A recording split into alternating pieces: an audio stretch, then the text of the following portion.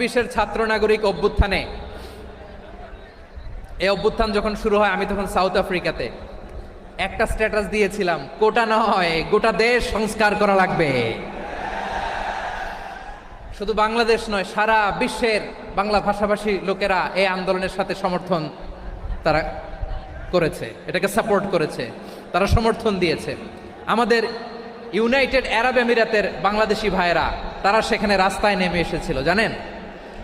ওইখানে ডেমনস্ট্রেশন করা যায় না, সেখানকার সরকার তাদেরকে যাবজ্জীবন দিয়েছিল। তখন আমাদের এই যে প্রধান উপদেষ্টা ডক্টর মোহাম্মদ ইউনূস সরাসরি G2G বলে, এটারে G2G, government to government, G2G, উনি চিঠি লিখলেন যে তাদেরকে, ইউর হাইনেস, হে সম্মানিত আমির, আপনি আমার এই চিঠির কারণে আমার সম্মানে এই 53 জন বাংলাদেশিকে মাফ করে দেন।